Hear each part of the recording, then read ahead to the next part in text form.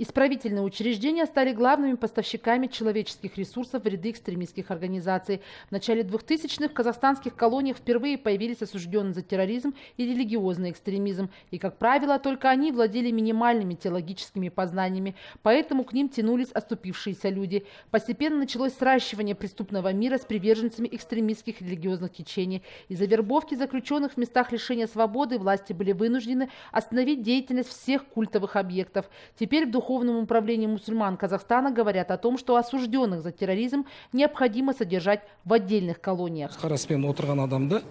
Мое мнение и мнение Духовного управления мусульман, осужденных за экстремизм, терроризм, а также приверженцев нетрадиционных религиозных течений, нужно содержать отдельно, потому что это идеология. Вспомните, в советское время политзаключенные содержались в отдельной тюрьме в Ленинграде.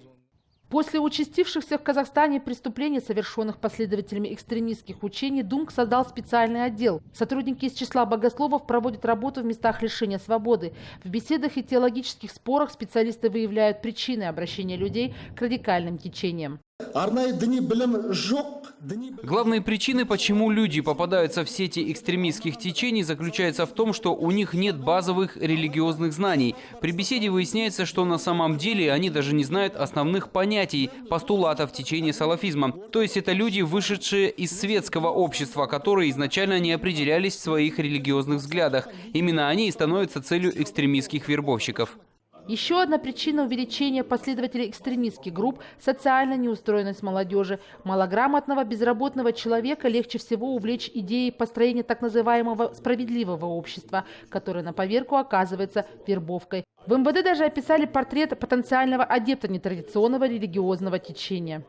В большинстве случаев им является выходец из сельской местности в возрасте 25-35 лет, воспитывавшийся в малообеспеченной семье, имеющий среднее образование, не имеющий до осуждения постоянного источника заработка. Члены семьи также относятся к социально уязвимым слоям населения. Супруга не работает, занимается домашним хозяйством и детьми. Родители пенсионного возраста помогать семье могут изредка. В результате изучения проблем радикализации можно констатировать, что одной из основных ее особенностей является социальная незащищенность. В Казахстане больше всего приверженцев у течения салафизм. Правоохранительные органы признают, что участники вооруженных нападений, названных терактами в Актубе и Алматы, были салафитами. Но официально запретить идеологию салафизма пока не торопятся. Возвратить человека из лона течения салафизма в традиционную веру достаточно сложно. Сложности также возникают с запретом на распространение салафизма с правовой точки зрения, потому что это течение не зарегистрировано как религиозное объединение. В 67 исправительных учреждениях страны более 400 человек отбывают наказание за терроризм и религиозный экстремизм.